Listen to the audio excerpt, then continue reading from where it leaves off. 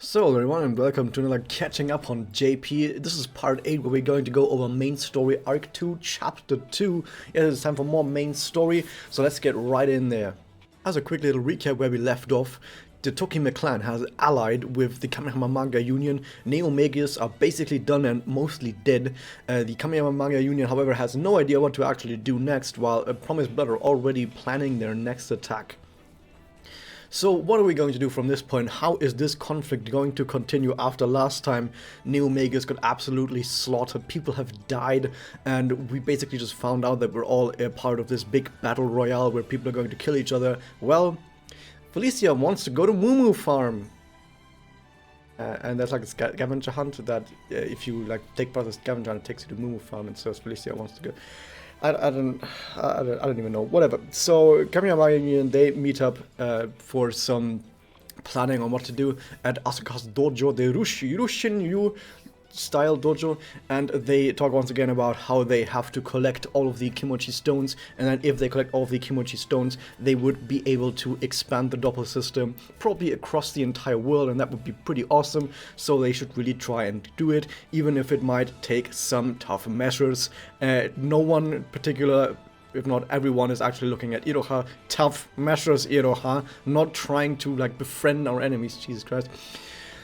So Felicia keeps on about wanting to do the scavenger hunt to go to Moomoo farm, and so at some point Yachiyo just says, you know what, Felicia, you can go ahead and do it, and we can have some people come along. So Iroha, Ui, Sana, basically everyone from Team Mikazuki apart from Yachiyo and Tsuruno are gonna come along. And of course Kagome also comes along because she's still hanging out with people. Kagome is like randomly throughout all of Arc 2 just hanging, like in Chapter 3 as well, and for the rest of Chapter 2 just randomly hangs out with some people and is like, hey guys, I heard your magical goals, can I just sit in the background while you do stuff and write stuff down? So she's basically like an observer to basically everything that's going on. And so she comes along as well on this journey, and we see a little meanwhile at Promised Blood's base. It turns out that Yuna and Juri, they head back to Futatsuki City because apparently they need to meet up with someone to gather some info, some intel. They got some hot info that apparently they can't just talk over the phone or whatever. And so it falls to Hikaru and Ao to hold down the fort and make sure that they can enact their newest and most dastardly plan to kidnap Ui, because apparently Ui can, they realize that Ui can sense Kimochi. And so they say, yo, you should probably try and do something about Ui. So we then or on what I think it's the next day, where the scavenger hunt begins, and it turns out they also brought some other people along. I think Hirano is there, Reina might also be there. It doesn't really matter, like none of these actually matter to do anything important. However, it might be important to note that Shigure and Hagumu is also along, because for some reason, not for some reason, but Kamehama Union feels really, really bad that Magius basically got murdered to death, and so they keep inviting Shigure and Hagumu also throughout the later parts of this chapter. They keep inviting them out to like hang out and be like, hey, don't you want to be friends? I'm sorry about all your dead friends. They're all like dead, but you know, we have plenty of people who have dead friends, like Yachiyo. We have so many dead friends, so if you want to hang out with us, you can totally do that. So they come along as well, but they don't really do much. However, while all this is happening, it turns out that Aoi and Hikaru, they're already on the job, because they have some really good spy network in Kamehama with a lot of Promised Blood members basically spying across the entire city, and they figured out that this is indeed going on, and so they're spying on the scavenger hunt that Felicia and team are doing. So the scavenger hunt for a while continues as normal. They're gathering some clues and some stamps, and Felicia is totally happy about, oh my god, I'm gonna go to Moomoo farm, yay! And Ao and Hikaru, they're also for some reason they also got a stamp card, and while they're spying on our team, also are getting stamps. And for some reason they're also like, hey, you know what, Ao, wouldn't it be cool if we could like also go to Moomoo farm once it's done? And Hikaru's like, yeah, let's go to Moomoo farm, and we can have Yuna and Juri around, and Yuna can like milk some cows, and that would be great. I don't know why Moomoo farm is suddenly this big deal, because apparently Tokime is also interested in Moomoo farm. They're also at Moomoo farm. They're part of the scavenger hunt, or like part of this plan, and I don't know why everyone is suddenly interested in Moomoo farm. I can't even tell at this point if it's supposed to be a joke that somehow every single person in this entire story really wants to go to Moomoo farm, or if the writers just really like cows. I don't know which of the two it is. I don't know which of the two is funnier. However, As it turns out, as they arrive at Moomoo Farm and the scavenger hunt is about to come to a close, they figure out that there is indeed a Kimochi nearby, or was nearby, and Uhi is starting to sense it. And as it turns out, this was all a master plan orchestrated by Yachio, who basically wanted Felicia to go on the scavenger hunt while bringing some people along. They didn't tell Felicia about this, but everyone else was basically in on it, that they were basically just using this scavenger hunt to look for clues, to just go around the city with Ui and have Ui try to pick up where the next Kimochi might be. However, they take some trains to go around the city, because the scavenger hunt is actually all around the city, so they go by train through the city. However, while they're on the train, it turns out that Ao uses her unique magic, which I think allows her like to see through the eyes of another person, or even like take control of the senses of another person, something like that. And she uses that to basically take over a person in that train and spy on what the our characters are doing. And through that, they notice that, oh, the Felicia and the team have realized that they are being spied on. They have figured out that Ao and Hikaru are nearby. And so now Ao and Hikaru know that they've been found out. So the rest of the team, however, they arrive at Moomoo Farm with the rest of the Kamehameha Union, so like some other guys are there as well, like Gachu I think might also be there, and they meet up together with Tokime, who are all like, yay, Moomoo Farm, awesome! And PB, they know that, yeah, they got a bunch of information, but they've been found out, so they should probably retreat by now. However, as they're trying to retreat to get some backup at Moomoo Farm, they suddenly get ambushed by Kamehameha Union and Tokime. Bam! They actually did something right for once and were able to spring a trap on Promised Blood. And Ao and Hikaru get absolutely destroyed and beaten up. They even get beaten up in one-on-one. I think Shizuka destroys Ao in one-on-one, and Hikaru gets destroyed by Felicia in one-on-one, something like that. Or was it the other way around? However, they do get destroyed and get captured, and it seems like, oh no, Promised Blood have lost Ao and Hikaru. How will the fight continue now that the status quo have changed? And then some writer runs through the, jumps through the window and goes, wait a second, we can't change the status quo, we need to do something. So suddenly, Yuna and Juri appear out of nowhere and whack everyone away and free Ao and Hikaru. How did they arrive here so quickly, even though they were in the other city? Well, it doesn't make sense.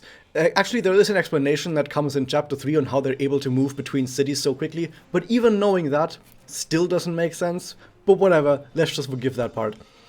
So there's going to be some fighting going on here between now the team, the different teams between Kamehameha Union and Tokime Clan, with Promised Blood, with some goons there, with Promised Blood leadership there. And then Shizuka is there, and Shizuka taps into telepathy and basically yells through telepathy, take the shot! And so suddenly a sniper rifle sound fires out, and a sniper rifle bullet whizzes past everyone and is aimed directly at Yuna's soul gem. Could this be? No. Hikaru jumps in front of her bodyguard style and blocks the bullet. However, Hikaru is grievously wounded by this shot. And Shizuka basically then tells PB, hey, there's more where that came from, and PB just sort of back off. And yeah, good job, Shizuka. You've done a very good job. So PB go back to their base and they recuperate. They get the bullet extracted. Apparently it's like a real bullet, I'm not quite sure. And they basically make sure that Hikaru is not gonna have trouble with that wound. And they sort of theorize that with the way that everything happened there, that the sniper shot was probably not meant to actually be deadly and was more so just part of intimidation by Shizuka, and that they also theorized that if the sniper really wanted to, she really could have killed Yuna. Keep that in mind, because it might come up later, maybe not in Chapter 3, maybe not in Chapter 4, maybe Chapter 5, maybe in some later chapter, it might come up again that having a sniper that can instantly take out another magical girl might be something really awesome to have, because now that we've set this up, that we have a sniper that can take out any magical girl if she wanted to, I can guarantee that this is going to open up a whole bunch of plot holes in the future where some really evil character is doing something that might kill millions, and everyone's going to think to themselves, what about that sniper? And the writers will just forget they exist. Anyway, moving on with that. So they've recuperated at their base, and Shigure and Hagumi, they're somehow still part of the story. They've split off from the rest of the team, and they are talking to each other, and they're wondering, maybe we can make Neo Magius great again if we just get a bunch more members. You know, we can start fresh, start from zero. Let's just build everything up again. We can make this awesome. However, they just get randomly greeted by Juri, who appears in front of them, and Juri basically tells them, "Ally with Promised Blood, or I'm gonna smack you in the face." And yeah, they just do it. They just ally with Promised Blood. Well, I guess Hagumi says, "I'm gonna fight you for it," and then just get instantly smacked in the face anyway, so that didn't work out. But yeah, they just get strong-armed by Judy into helping out Promised Blood. And I know someone has asked before in the story channel, like, why are they helping Promised Blood though? Yeah, because they get bonked in the face if they don't help. They're such losers that's good enough. They really are such massive incompetent losers. But yeah, so they're basically been ordered to ally with Promised Blood now. However, meanwhile, while all this is happening, we see that Momoko is visiting Karin in the hospital and notices, whoa, Alina is there as well in Karin's room. And it turns out that Alina has amnesia. Yeah, she has amnesia. So then we move on to the next section where we just very quickly see that Kamiyamaga Union and Tokime clan, they're having dinner together at the Tokime base in Kamihama, which is the temple that belongs to Ryoko's family. And isn't it nice that they're all such great friends? Yay. However, back at the hospital, we see that Sakurako is there, and she does confirm with 100% certainty, guaranteed, that Alina does have amnesia and is not faking it, because a lot of people have asked themselves that, so they basically debunk it immediately. So yeah, she's not faking it, definitely does have amnesia, but Karin says that she swears that she will help Alina recover and be a good person in the future and everything, and that she's basically going to, you know, ship herself with Alina, you know what I mean. So, meanwhile, however, while all this is going on, Promised Blood has not been sleeping. In fact, they've decided to launch simultaneous attacks throughout the entire city, on different parts of the city, with just a bunch of goons everywhere. And the Kamiyamaga Union, because they are, of course, spread throughout the entire city as well, they know that this is going on, and they decide to split up their group so they can fight across all the city, so they can push back Promised Blood. They don't even know what Promised Blood is trying to do. They're just attacking people, I guess. Like, they're attacking magical girls. Like, I don't know exactly what they're trying to do. So, so they split up. However, while all of this is going on, there is a special task force from Kamiyamaga Union, which consists of Yachio, Ui, and Iroha. Probably the three most important people to Kamiyamaga Union's leadership. They've split off, and they're going to Fent Hope because they have information that maybe there could be a Kimochi in that area, because we can sense Kimochi. So they go there and they want to figure out if there is indeed a Kimochi at Fent Hope. However, Shigure and Hagumi, they are aware of all of this because they're still acting like they're friends with Kamiyamaga Union, and they leak all of that info to Promised Blood. So now a whole bunch of like faceless forces, like faceless Kamiyamaga Union girls and faceless Promised Blood girls, they're like all battling it out, not just throughout the city, like specifically in the center of the city. They've all sort of gathered up there and are just having a big bout between the two. However, you know that Livia and the traveling adjusters, they're like driving around in a van, I think, like a convertible, no, not convertible, in like in RV. In a, so, like, you know, an RV. They're driving around the city, and they're currently parked like right next to where they're fighting. And so Yosuru comes out and basically says, "You're not allowed to fight near adjusters, so please go away." And they do.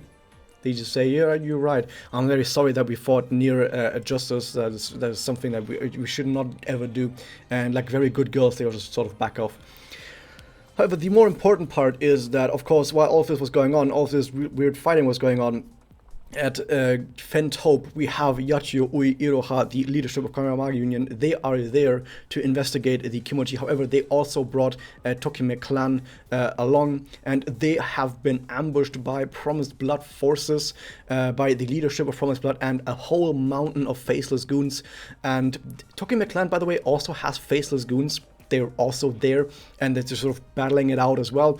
And it doesn't look good for the good guys. We're getting absolutely devastated, absolutely destroyed, decimated by the Promised Blood, and it doesn't look good for our heroes. Could this be the end? No, because, well, first off, Shizuka gets absolutely destroyed by Aoi and gets sliced up nicely by her, and they really need to retreat and find a way to retreat, so they're running away, and Hagumu and Shigure, they have a change of heart yet again, because they decide to help our heroes escape from Promised Blood, not because they're like trying to break off again from Promised Blood, or because they're like super smart double agents, or because they're actually good guys or anything like that. They just always have second doubts about anything they're doing, so when they like see Kamehama Maya Union get destroyed, they sort of go, oh, maybe we should help them, and they help them, and then they immediately go, oh, maybe we shouldn't have helped them because we're actually part of Promised Blood now. Sort of wishy-washy back and forth with these two, but you know, that's kind of to be expected with the Magius at this point. They're kind of the wild cards, but in a bad way. So our heroes are able to escape with the help of Shigure and Hagumu, and Promised Blood have lost their trace, but at least Promised Blood didn't find out that Hagumu and Shigure did that. So while they're making their way away from Fent Hope and trying to get to a safe place again, Shizuka, she's still mortally wounded. However, helpfully to our hero, of course, we know that magical girls can all heal themselves, and magical girls can heal other magical girls, especially Iruho, who is at the scene, so this should not be a problem, unless the writers forget that piece of like magical girl lore once again, because that's standard at this point. So they sort of forget that characters not only can heal themselves, but also can heal others, and it almost looks like, oh no, Shizuka might have trouble. I mean, wouldn't she just double and then she would be healed afterwards? Whatever, forget all of that, forget everything that makes sense in the story, and instead, it seems like something really bad is about to happen, but Sudachi appears, and Sudachi sees that Shizuka is having trouble and gets her over to Livia, where Livia heals Shizuka, and everything is fine again. Okay, moving on to the next section. After all this has happened, every side has retreated, because for some reason, everyone is always retreating at the end of fights, even when they win. I mean, if you're fighting over something, like, imagine like Overwatch or whatever, and you have a point that you're fighting over, like an objective, and you have the attacker side rushing in and the defender side, and there's a big fight between them, and the attacker side wins. And then the attacker side backs off for some reason, back to base, and waits for both sides to respawn to fight again. This is what it feels like is happening all the time in Arc 2, but you know, we're gonna have to keep moving forward, I guess. So Mifuyu and the Nees, they are part of the story again, and they're still searching for Kimochi stones, and they are spying on what is going on at Fent Hope, where it turns out that Judy and some goons are still investigating Fent Hope, and they figured out that yes, there is indeed a Kimochi currently at Fent Hope, and the Promised Blood people find out that yes, there is one here, we need to fight it now immediately, and Mifuyu and the Niece, they also see that, oh no, we need to fight it now immediately. So Mifuyu goes, we need backup. Judy goes, we need backup. Tokime goes, we are the backup. And Neomagus are also there, so now all of the factions, once again, even though just a few, maybe hours ago, like 1 or 2 hours ago, our heroes got absolutely destroyed and Shizuka almost died. Once again, everyone is rushing back in to fight for another day. So everyone is rushing to the scene to destroy the Kimochi. And everyone starts fighting. All of the people that I just mentioned, all of these factions, they're having a big battle in front of the Kimochi. However, during that battle, our heroes, Team Mikazuki and the Tokime clan, are able to make all their way to the innermost part of the Kimochi labyrinth, and they are able to meet the Kimochi and fight it, and everyone just sort of throws their magias around, and in the end Felicia is able to smack the killing blow and gets another gem. So yay, another gem for Team Kamehama Maga Union. Awesome. So after the end of this, of course, since Promised Blood, they sort of lost now, so they just sort of retreat again, and our good guys retreat again, and everyone just sort of retreats, as they always do whenever something happens. And afterwards, of course, the Team Mikazuki, they go out for some victory food. They don't bring Tokime Clan along for some reason, I guess maybe they go back to the temple. However, in order to thank Shigure and Hagumu for saving them from Promised Blood earlier, they bring them along as well, and they just sort of have some victory snack together with them. But on their way home, after they've eaten, they come across the site of where suddenly some unknown magical girl that no one has no idea who it is, gets attacked by Promised Blood members, and so everyone sort of thinks, oh, that must be a Kamehama Magia Union then, a girl then being attacked by Promised Blood members. So they help out the unknown magical girl, and so everyone just sort of jumps into action and bonks the Promised Blood goons on the head. However, Ui isn't fighting, and Shigure and Hagumu, they're not fighting. They're sort of standing back because we don't want to hurt people, you know? Especially Ui. Ui doesn't want to hurt people, so she basically never fights anyone.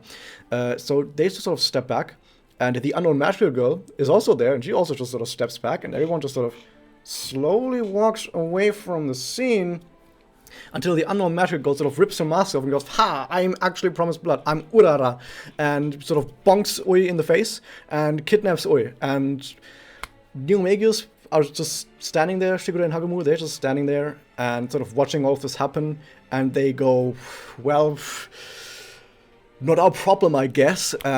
We can't do anything anyway. By the way, in case you don't know how Shigure and Hagumu are like personality-wise, they just keep going on about how weak and bad they are and how big losers they are and how they can't do anything. And that's basically all they ever talk about in any scene they're in. So once again, they go, oh no, but we're such big losers, we can't help anyway.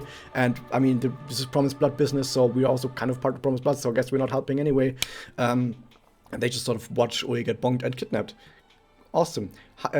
So Neo Magius, they're at least really, really sad now that they've really pissed off Kamehama Magia Union now by allowing Ui to be kidnapped.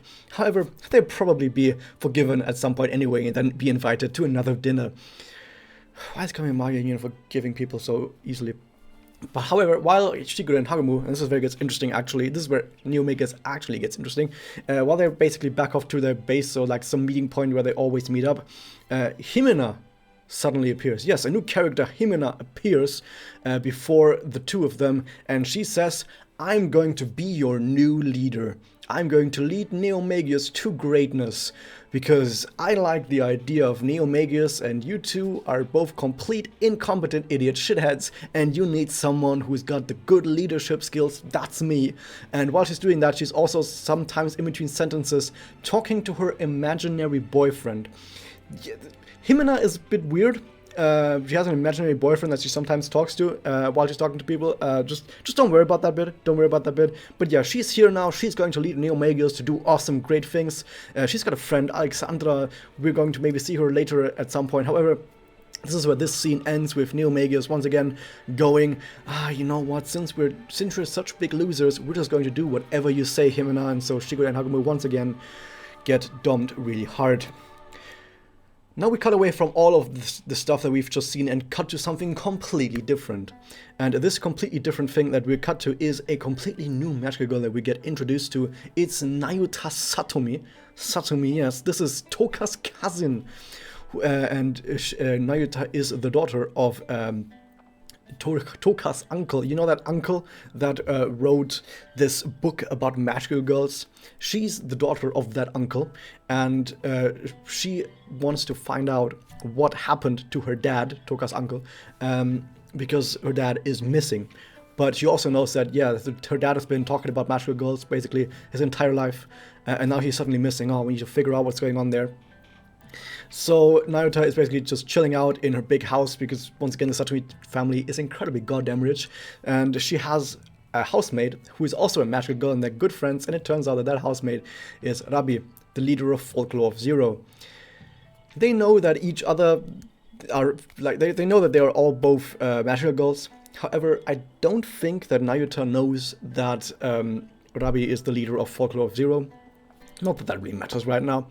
So they are chilling out at home talking about what they want to do until suddenly the doorbell rings, and standing in front of them is a very cute loli, and it turns out that they were fighting some witch or something like earlier today, and in that fight they came across some other magical girl who they helped out, and now this magical girl is standing in front of them and basically wants to like say hi, and the magical girl, as it turns out, is Mikage.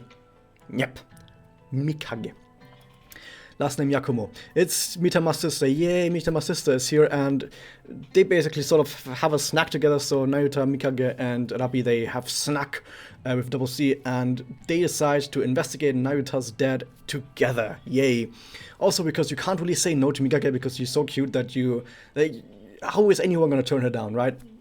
So they're a team now, I guess. So Nayuta and Mikage, and they're sort of running around together. They want to go to the Satomi Medical Center, the hospital, to look for clues on what's going on with her dad. However, they run into Iroha and Reina. And Reina just sort of goes, "You're an outsider, therefore you must be promised blood." And sort of like takes a trident and runs at them. "I'm gonna bonk you in the face." And Mikage and Nayuta, they sort of run away. Run away! Reina, good job, dude. So after they run away, they have another snack together, and after they've had their snack, they want to investigate some more and go to some other places. However, this time they run into Ranka and some Promised Blood goons, and they go, "You're not with Promised Blood, therefore you must become a Hamamaga Union," and they bonk them in the face as well, and they get kind of roughed up and injured. However, for some reason, Sana and Tsunao, they're just in the area, they're just there, and I think what might be happening is that whenever any character needs to appear to save someone else, the writers just have a dice, like a 100-sided dice, and they just roll whatever character is going to be on the scene. And I guess the dice selected Sana and Tsunao in this case, and they get saved, and they're very happy. And they meet up at Mitama's, and Mitama finds out, "Oh shit, I have a sister? No, I have my sisters here." By the way, we knew that Mitama has a sister from her Magical Girl story. So in her Magical Girl story, Mitama already mentioned that she has a sister, so we do know that. However, apparently she didn't know that she was a Magical Girl. Everyone's sort of like, "Oh shit, my sister, Mitama's sister's a Magical Girl. Oh my god."